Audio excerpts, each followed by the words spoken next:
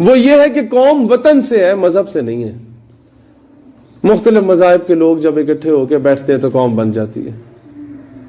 یہی آپ نے پڑھا ہے نا نصاب میں بھی، جو کہ سب جھوٹ ہے۔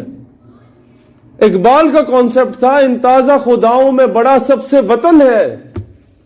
دور حاضر کے جو بت آپ بنا بیٹھے ہیں، سیاستدان بت سمجھتا ہے نا کرسی کو، اس کے پیچھے ساری زندگی لڑتا ہے، لوگوں کے راستے بند کرتا ہے، لوگوں کو جھوٹی FIR کٹواتا ہے، لوگوں پہ ظلم و زیادتی کرتا ہے۔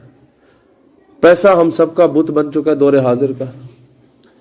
تو ان تازہ خداؤں میں بڑا سب سے وطن ہے، جو پیرہن ہے اس کا وہ مذہب کا کفن ہے، جو اس کو اپنے اوپر مسلط کر دیتا ہے وہ گویا مذہب کا کفن بنا دیتا ہے، اسے قبر کے حوالے کر دیتا ہے۔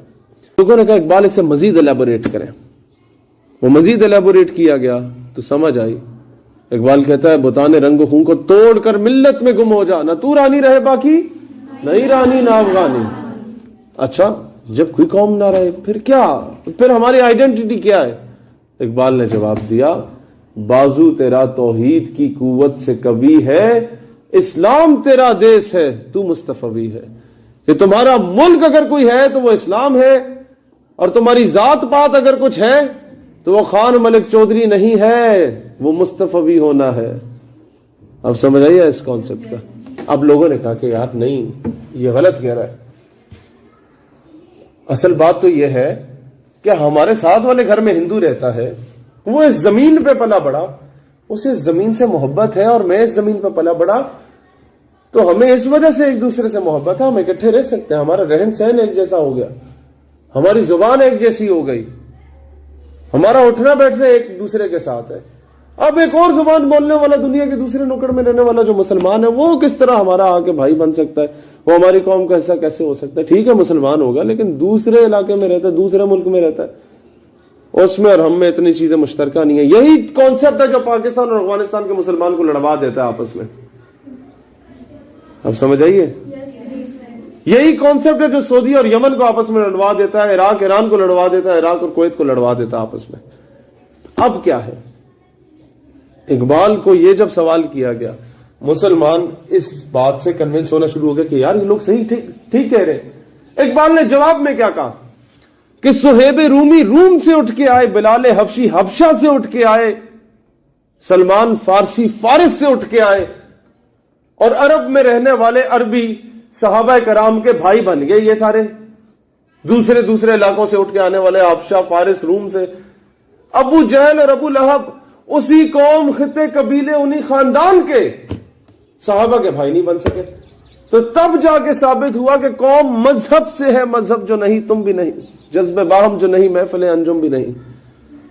اب سمجھ آئے یہ کانسیپٹ کہ قوم جو ہے وہ مذہب سے ہے۔ اب ایک اور سوال پیدا ہوتا ہے کہ یار اقبال، ایک طرف آپ یہ کہتے ہیں کہ چین و عرب ہمارا، ہندوستان ہمارا، مسلم ہے ہم، وطن ہے سارا جہاں ہمارا، کہ ساری دنیا تہاڈی ہے، اللہ دی زمین ہے، اس اللہ دا قانون ہے، تو ساری زندگی آپ کے لیے، دنیا آپ کے لیے مسجد بنا دی گئی، وہاں آپ جائے نماز جہاں مرضی رکھے نماز پڑھے، اللہ کے آگے سجدہ ریزو، پھر 1.5 انچ کی مسجد پاکستان بنانے کی کیا تک بنتی ہے؟ اب اور یہ بھی کانٹرڈکشن آنا شروع ہو گئی کہ بھی ایک طرف اقبال کہتا ہے کہ مسلمان باؤنڈریز کا محتاج نہیں ہے، پوری دنیا مسلمانوں کی ہے، اور دوسری طرف یہ بھی کہتا ہے کہ جی شمال مغرب میں ایک علیحدہ ریاست بھی ہونی چاہیے مسلمانوں کے لیے، اور وہ قائد اعظم بھی اس چیز کو انڈورس کر رہے ہیں، سر سید نے بھی یہ کانسیپٹ پہلے دے دیا تھا۔ یہ کیا معاملہ ہے؟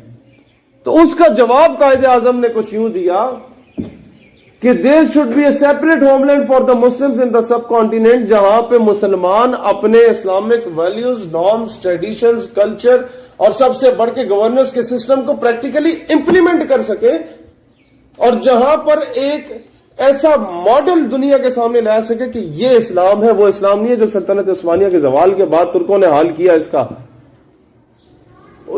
مصطفیٰ کمال اتاترک نے، ناٹ ترکوں نے، ترک ہماری طرح بہت عشق رکھنے والی قوم ہے حضور علیہ السلام سے۔ پھر نہ یہ وہ اسلام ہے جس کا مغلوں نے اینڈ ٹائم پہ حال کر دیا دین الہی کو لانچ کر کے، اور یہ مغل بادشاہ میں کئی اس طرح کی خرافات آ گئیں۔ پھر اس سے پہلے ماضی میں کردوغلو اور سعد الدین کوبیک تو ہر جگہ پائے جاتے تھے نا، غداریاں کرنے والے اور آپس میں لڑنے والے اور پھر حکومتیں ہتھیار لینے والے اور حکومت کی خاطر مسلمان کا قتل کرنے لگ گیا، تو لوگ کہیں اس نظام کو اسلامی نظام نہ سمجھ بیٹھے اور اسلامی نظام کو اتنا کانٹروورسیز اور متنازع بنانے کی کوشش کی گئی تاریخ کے وہ اوراق سامنے لا کے۔ قائد اعظم کہتے ہیں کہ ایسا نظام آنا چاہیے ایسی ریاست میں جو دنیا کو، کیونکہ اس وقت اس دور میں 40s کی دہائی میں کہیں پر بھی اسلام پریکٹس نہیں ہو رہا تھا as a religion of state, جو صحیح معنوں میں امپلیمنٹ ہو رہا ہو پورے اسلام کے قواعد و ضوابط کے مطابق۔ تو انہوں نے کہا ایک ایسا ماڈل ہو جہاں پر وہ ساری چیزیں امپلیمنٹ ہو رہی ہوں پریکٹیکلی، اور دنیا کو ہم دکھا سکیں کہ ہاں یہ ہے اسلام، کہ آپ زکوٰۃ لے کے پھریں، زکوٰۃ لینے والا کوئی نہ ہو۔ یہ ہے اسلام کہ جب کسی بکری کو کوئی بھیڑیا جکڑ لیتا تھا تو وہ چرواہا کہتا تھا لگتا ہے عمر بن عبدالعزیز وفات پا گئے، اور 5 منٹ بعد اعلان ہو جاتا تھا اتفاق سے کہ باقی وہ وفات پا گئے۔ تو کسی نے کہا تمہیں کیسے اندازہ ہوا؟ تو انہوں نے کہا کہ جب سے یہ حاکم وقت بنے تھے، خلیفۃ المسلمین بنے تھے، تب سے کسی بھیڑیے کی جرت نہیں تھی کہ کسی غریب کی بکری کی طرف نظر اٹھا کے بھی دیکھے۔ انسان تو انسان، حیوان بھی بندے کے پتر بن جاتے تھے۔